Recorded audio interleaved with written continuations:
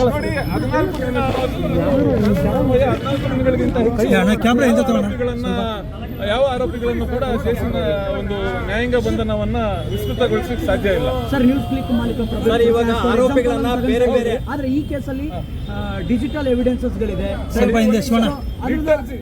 ನಾನು ಹೇಳ್ತೀನಿ ರಿಟರ್ಜಿ ಬಂದು ಫ್ಯಾಕ್ಟ್ಸ್ ಮೇಲಲ್ಲ, ರಿಟರ್ಜಿ ಬಂದು ದೋಷಗಳು ಟೆಕ್ನಿಕಾಲಿಟಿ ಪ್ರೊಸೀಜರಲ್ ಲ್ಯಾಬ್ಸ್ ಮತ್ತೆ ಮೊಬೈಲ್ ಹಿಡ್ಕೊಂಡು ಇಲ್ಲಿ ನಮಗೆ ನಮ್ಮ ಅನಿಸಿಕೆ ಏನಂದ್ರೆ ಬಹಳಷ್ಟು ಪ್ರೊಸೀಜರಲ್ ಲ್ಯಾಬ್ಸ್ ಇದೆ. ಅಂದ್ರೆ ಸ್ವಲ್ಪ ಆಗಿರ್ಬೋದು ಅಥವಾ ಕಾಣಿಸ್ತಿದೆ ರಿಮಾಂಡ್ ಆದೇಶವನ್ನು ಹೊರಡಿಸಿರುವಂತದ್ದಾಗಿರ್ಬೋದು, ಇದು ರದ್ದುಗೊಳಿಸ್ಲಿಕ್ಕೆ ಎಲ್ಲ ಅವಕಾಶ ಇರ್ತದೆ.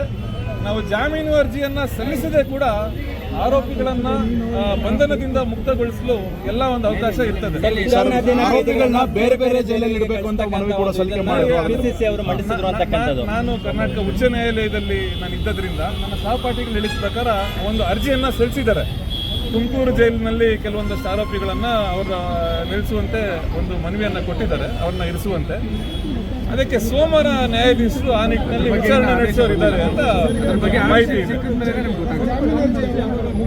ಜಾಮೀನು ಅರ್ಜಿಯನ್ನ ಸತ್ರ ನ್ಯಾಯಾಲಯದಲ್ಲಿ ಸಲ್ಲಿಸತಕ್ಕದ್ದು. ಈಗ ಮೊದಲು ಅಂತಿಮ ರಿಮೈಂಡ್ ಅರ್ಜಿಯನ್ನ ಸ್ವೀಕರಿಸಿ ನಂತರ ಜಾಮೀನು ಅರ್ಜಿಯನ್ನ ನಾವು ಈ ರಿಟ್ ಅರ್ಜಿ ಏನಿದೆ, ರಿಟ್ ಅರ್ಜಿ ಪುರಸ್ಕೃತಗೊಂಡಲ್ಲಿ ಆರೋಪಿಗಳು ಜೈಲಿನಿಂದ ಬಿಡುಗಡೆ ಆಗೋ ಎಲ್ಲ ಅವಕಾಶಗಳು ಇರ್ತವೆ. ಅದು ಮಾನ್ಯ ಕರ್ನಾಟಕ ಉಚ್ಚ ನ್ಯಾಯಾಲಯದ ಒಂದು ವಿವೇಚನೆಗೆ ಬಿಟ್ಟದ್ದು. ಎಲ್ಲ ಆರೋಪಿಗಳಿಗೂ 14 ದಿನಗಳ ಕಾಲ ಒಂದು ನ್ಯಾಯಾಂಗ ಬಂಧನಕ್ಕೆ ಅವರನ್ನು ಒಳಪಡಿಸಿದ್ರು.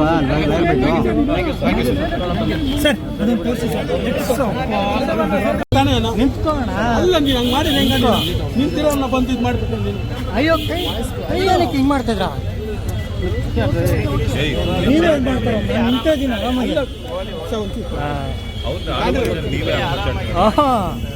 ನೀವೇ ಕಲ್ತಾರ, ನಾನಲ್ಲ. ರೆಡಿ.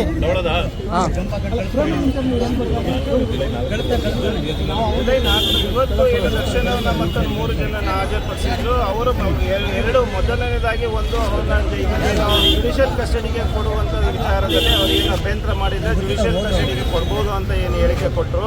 ಎರಡನೇದಾಗಿ ಏನು ದರ್ಶನ್ ಅವರನ್ನ ತುಮಕೂರಿಗೆ ಇದು ಕೊಡಬೇಕು ಅಂತ ಏನು ಕೋರಿಕೆ ಮಾಡಿದ್ರು, ಪುರಸ್ಕರಿಸಿಲ್ಲ. ಆದೇಶ ಅಂದರೆ ಅದು ತುಮಕೂರಿಗೆ ಕೊಡಬೇಕಾಗಿದೆ. ಆಮೇಲೆ ತಿರ್ಗಾ 4ನೇ ತಾರೀಕು ಮೋಸ್ಟ್ ಪ್ರಾಬಬ್ಲಿ ಅವತ್ತು ವಿಡಿಯೋ ಕಾನ್ಫರೆನ್ಸಿಂಗ್ ಮುಖಾಂತರ ಭೇಟಿ ಆಗ್ಬೋದು. ಇಲ್ಲ ಅದು ನೋಡೋಣ, ಇನ್ನೊಂದು ಸೀನಿಯರ್ ಕೌನ್ಸಿಲ್ಸ್ ಎಲ್ಲ ಎಂಗೇಜ್ ಮಾಡಿರೋಣ.